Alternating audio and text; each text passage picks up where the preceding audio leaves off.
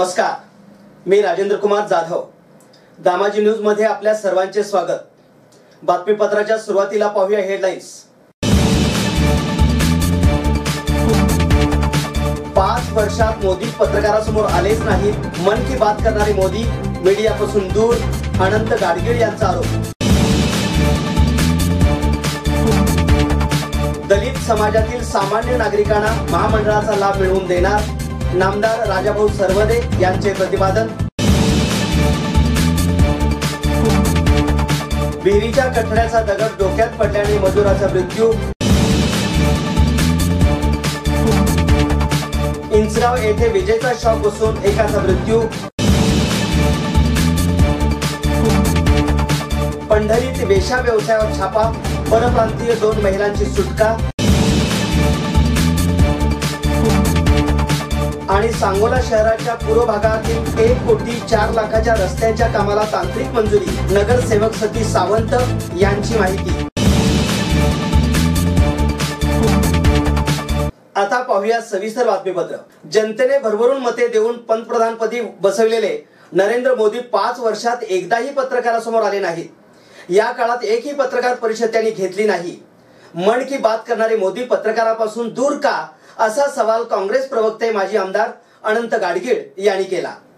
पंढरपूर येथील पत्रकार परिषदेत ते बोलत होते. गाडगीळ हे सध्या सोलापूर जिल्ह्याच्या दौऱ्यावर असून पक्षामार्फत संगणकाची भेट दिलेल्या शाळांना ते भेटी देत आहेत. काँग्रेस पक्ष येत्या निवडणुकीसाठी नागरिकांची मते जाणून घेत जाहीरनामा तयार करणार असून पूर्ण ताकदीनिशी निवडणुकीत उतरणार असल्याचे त्यांनी यावेळी सांगितले.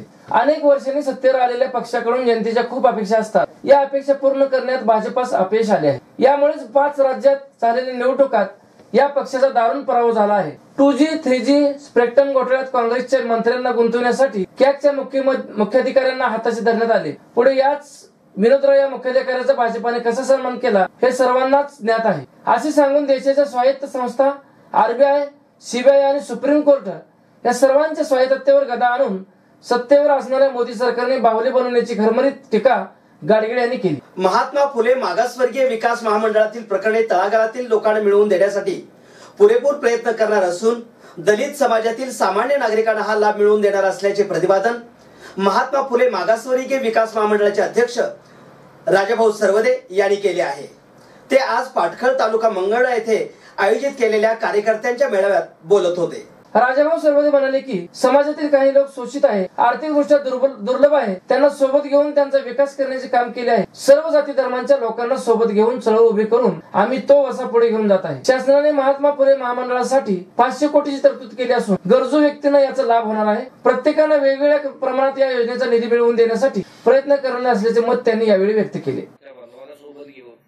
चळवळ आठवले साहेबांच्या नेतृत्वाखाली आम्ही पुढे घेऊन जात असतो. याच्यामध्ये अनेक स्थित्यंतर आली, परंतु आम्ही याच्यामध्ये डगमगलो नाही. ही चळवळ राहिली, चळवळ ठेवली आणि ही चळवळ पुढे नेण्याचा प्रामाणिक प्रयत्न माझ्या या सर्व सहकार्याच्या माध्यमातून आम्ही या ठिकाणी केला.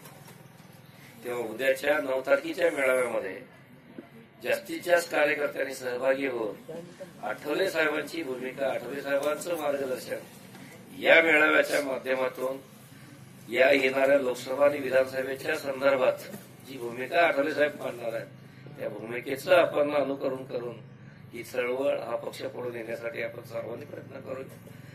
आणि दुसरी जाता जाता गोष्ट की महामंडळाच्या माध्यमातून लोकांच्या अपेक्षा वाढल्या जातात. 10 जुलै 1978ला महात्मा फुले मागासवर्गीय महामंडळाची स्थापना झाली आणि या 40 वर्षामध्ये म्हणजे 2018 पर्यंत या 40 वर्षामध्ये महामंडळाच्या माध्यमातून या राज्यातील 10,50,000 लाभार्थ्यांना 1,000 कोटीचं कर्ज वाटप करण्याचा प्रयत्न.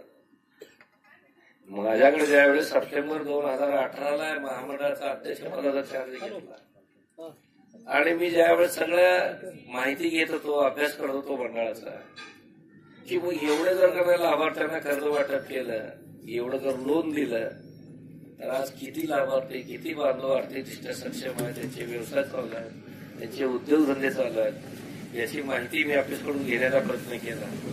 परंतु मित्रांनो, दुर्दैवानं त्या ठिकाणी माहिती मला कमी प्रमाणात मिळाली. यावर मी अध्यक्ष म्हणून सर्वांना आदेश दिले की 3 महिन्यामध्ये ह्या ज्या लोकांना महामंडळानं आर्थिक कर्ज पुरवठा केलेला आहे त्याची डॉक्युमेंटरी फिल्म बनवावी, त्याचा व्यवसाय चालू आहे का नाही या संदर्भात आपण माहिती घेऊन माझ्यापुढे सादर करावी.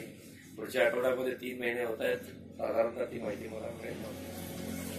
परंतु मंडळाने ज्या योजना केल्या या महामंडळामध्ये राज्य शासनाचा 49% भाग भांडवल आणि केंद्र सरकारचं 51% भाग भांडवल असं साधारणतः 100% भाग भांडवलाच्या माध्यमातून 500 कोटीची तरतूद या शासनाने केलेली आहे.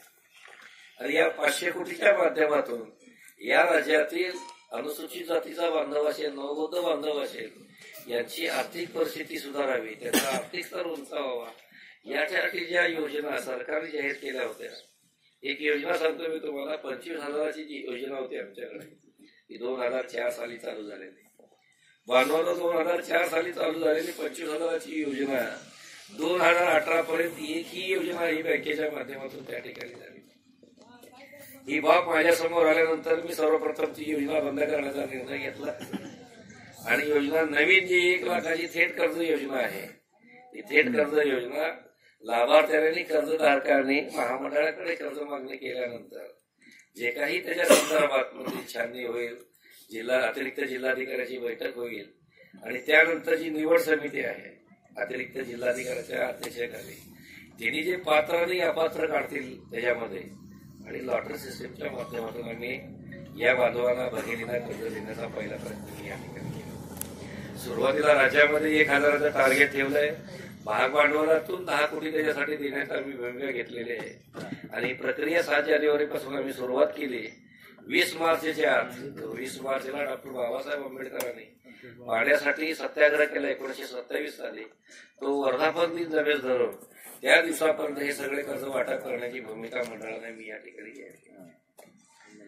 मित्रांनो, याला एवढा प्रतिसाद मिळाला खरं वाटणार नाही तुम्हाला. 1,000चं टार्गेट महाराष्ट्राचं असताना माझ्याकडे 12,387 फॉर्म आलेत. मी त्याच्यावर विचार केला या सगळ्या लोकांना कर्ज देणं गरजेचं आहे.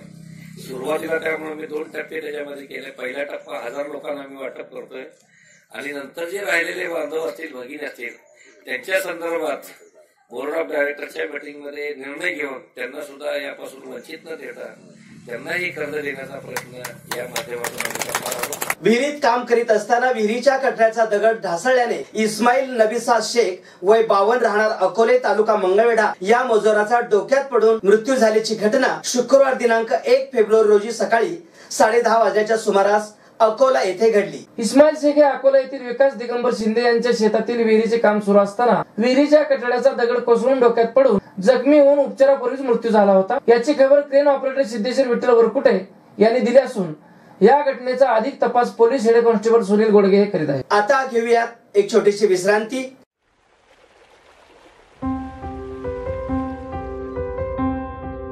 तुझा आवाज खूप गोड आहे, सतत ऐकत राहावंसं वाटतं. अशी काय जागा आहे ग माझ्या आवाजात?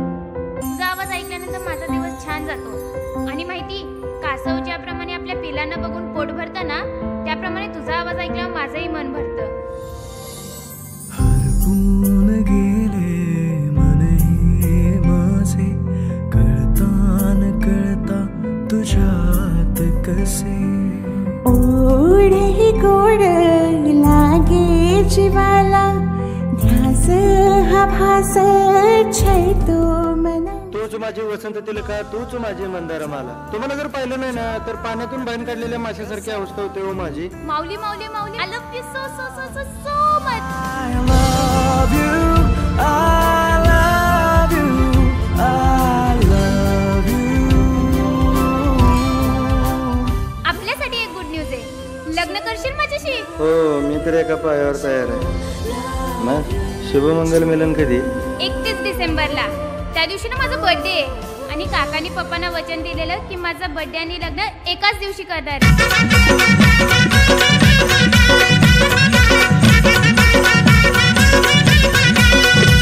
ये लग्नाला मी तयार हाय ग आता रिकामा ग. अग लग्नाला मी तयार हाय ग आता रिकामा ग. तुझ्या आईचा नवरा माझा मामा ग, मामा ग. तुझ्या आईचा नवरा माझा मामा ग. जिंदाबाद बजरंग बाय, जिंदाबाद. आम्ही दिवाळी आणि रंगपंचमी एकदाच साजरी करतो. आता तुम्हाला मी दाखवतो दादागिरी, गुंडागिरी आणि दुनियादारी.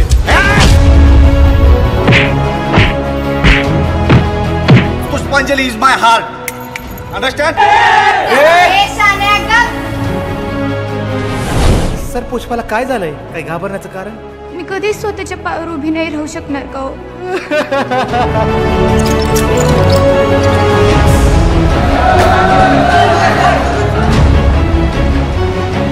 ती माझी नाही ना, मग कोणाचीच?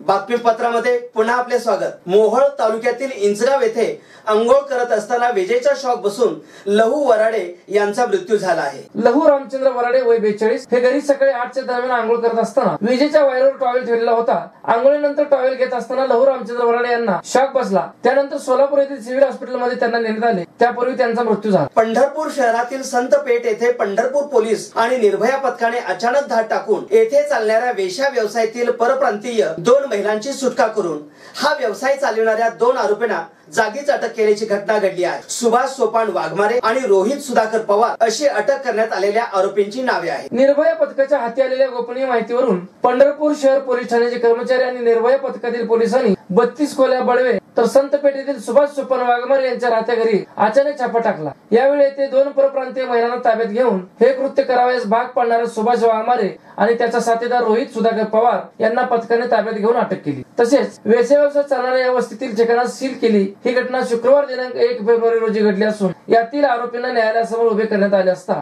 दोन्ही आरोपींना न्यायालयाने 5 फेब्रुवारी पर्यंत पोलीस कोठडीत ठेवण्याचे आदेश दिले आहेत. सांगोला शहराच्या पूर्व भागातील प्रभाग क्रमांक 2 मधील 1,04,00,000 रुपये रस्त्याच्या विविध कामांना तांत्रिक मंजुरी मिळाल्याची माहिती नगरसेवक सतीश सावंत यांनी दिली. तांत्रिक मंजुरी मिळालेल्या कामांना मार्चच्या दरम्यान अनुदान मिळाल्यानंतर ही कामे सुरू होणार असल्याचेही नगरसेवक सतीश सावंत यांनी सांगून प्रभाग क्रमांक 2 मधील उरलेली सर्व कामे प्राधान्याने लवकरच पूर्ण करणार असल्याचे त्यांनी सांगितले. पुन्हा एक नजर हेडलाईन्सवर.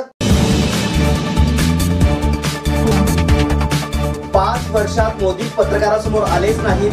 मन की बात करणारे मोदी मीडियापासून दूर, अनंत गाडगीळ यांचा आरोप. दलित समाजातील सामान्य नागरिकांना महामंडळाचा लाभ मिळवून देणार, नामदार राजाभाऊ सरवदे यांचे प्रतिपादन. विहिरीच्या कठड्याचा दगड डोक्यात पडल्याने मजुराचा मृत्यू. इंचगाव येथे विजेचा शॉक बसून एकाचा मृत्यू. पंढरीत वेश्या व्यवसायावर छापा, परप्रांतीय 2 महिलांची सुटका. आणि सांगोला शहराच्या पूर्व भागातील 1,04,00,000च्या रस्त्यांच्या कामाला तांत्रिक मंजुरी नगरसेवक सतीश सावंत यांची माहिती. हे होतं आजचं बातमीपत्र. पुन्हा भेटू एका नवीन बातमीपत्रासोबत. नमस्कार.